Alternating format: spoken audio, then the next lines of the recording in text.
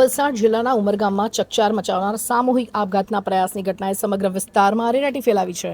પ્રાથમિક માહિતી મુજબ પારિવારિક કલહના કારણે માતાએ પોતાના 3 બાળકોને મોતને ઘાટ ઉતાર્યા બાદ આત્મહત્યાનો પ્રયાસ કર્યો હોવાનું સામે આવ્યું છે. માહિતી અનુસાર ગત રોજ વહેલી સવારે પતિ પત્ની વચ્ચે ઉગ્ર બોલાચાલી અને ઝઘડો થયો હતો. ત્યારબાદ માતા નિશાએ આ ગંભીર પગલું ભર્યું હોવાનું કહેવાઈ રહ્યું છે. ઘટનામાં 3 નિર્દોષ બાળકોના મોત નીપજ્યા હતા, જ્યારે માતાએ પણ આત્મહત્યા કરવાનો પ્રયાસ કર્યો હતો. જોકે પરિવારજનોએ સમયસર બચાવી લઈ તેણીને સારવાર માટે સિવિલ હોસ્પિટલ ખાતે ખસેડી હતી. બીજી તરફ સાસુ લતાબેને નિશા પર અન્યાયી કિસ્મ સાથે સંબંધ હોવાના આક્ષેપો લગાવ્યા છે. આ મુદ્દે ઘરેલું વિવાદ ચાલતો હોવાનું પણ ચર્ચાઈ રહ્યું છે. સમગ્ર ઘટનાને લઈ ઉમરગામ પોલીસ દ્વારા વિવિધ દિશામાં તપાસ શરૂ કરવામાં આવી છે.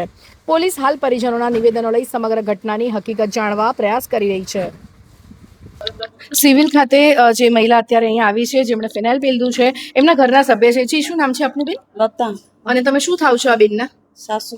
સાસુ. શું થયું બેન? તમે અમને ઝઘડો એ લોકોને કર્યો ને છોકરા ત્રણે અમને કેવી રીતે એને માર્યા તે અમને બી નહીં ખબર પડી, એને કાંઈ પીધું તે બી નહીં ખબર પડી. એટલે ઝઘડો કોના સાથે થયો એમનો? એ જો હસબન્ડ હાથે 2 જણા, બંને હસબન્ડ વાઈફ નો ઝઘડો થયો. એનું કોઈ હાથે અફેર હતું. હું તો છોકરો કહેવાનો નહીં, છોકરો મચ્છી મારવા જાય.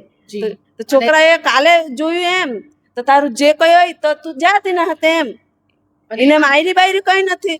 એને કહ્યું કે તું જવાની તો જા, મારા 3 છોકરા મૂકી જા ને તું જતી રહે એમ. બરાબર.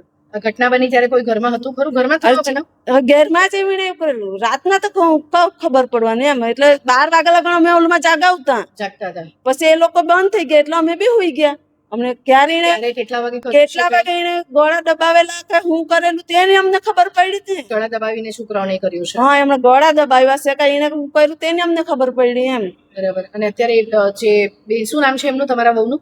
નિશા. નિશા. એમની કેવી છે કન્ડિશન અત્યારે? અમને તો આમ આંખ ખોલી જોયા કરતી છે. એમ તો સારી જ છે પણ થોડોક એ કરી ગયેલી છે. શું કેવું છે તમારું અત્યારે આ સમગ્ર ઘટના બાબતે? સારી છે એમ તો કે આમ પેલું પડશે એટલે. અને અમે એને કઈ મારી થોડી, અમે કઈ એનું કઈ કર્યું થોડું. એને દવા કઈ જીરી આટલું પીધેલું એમ કે પેલું પોતું મારવાનું તે ફિનાઈ તો ફિનાઈમાં આટલું તો આટલું તો છે જ ઘેરે.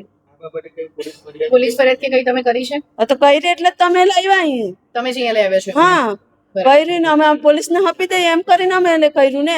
અમને એના મમ્મી પપ્પા કોઈ બી કલાક કરે તો અમે કયો અમને કર્યા જોઈએ એમ. તમે પોલીસમાં જણાવો, જેલ બેહાડી મૂકો. અમને નહીં જોઈતી છોકરી. એના મમ્મી પપ્પા બી ના પડે કે નહીં જોઈએ એમ.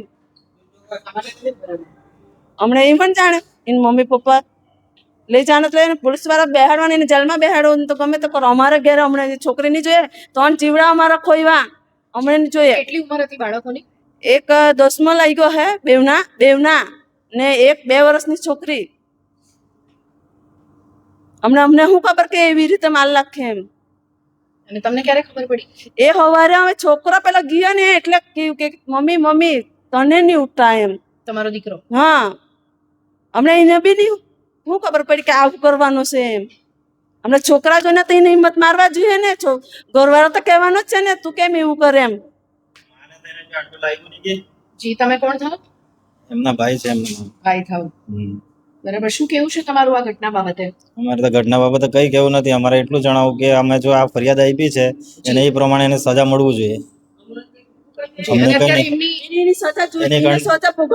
તમારી વહુની હાલત કેવી છે અત્યારે? અત્યારે અંદર કન્ડિશનમાં કેવી છે અંદર કન્ડિશનમાં તો જોયું નથી, એની કેવી કન્ડિશન ની ખબર, પણ એને સજા મળવું જોઈએ. બસ સજા મળવું જોઈએ. તમે પોલીસ ફરિયાદ કરી છે? કરી છે.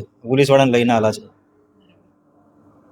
માં થઈને જો એને આટલો જીવ કાપ્યો નહીં કે એનો બાળકને આટલું નાનું બાળકને કરવાનું આવું. તો આ હતા જે મહિલા છે એમનું. જી, આપના ગામનું નામ શું છે?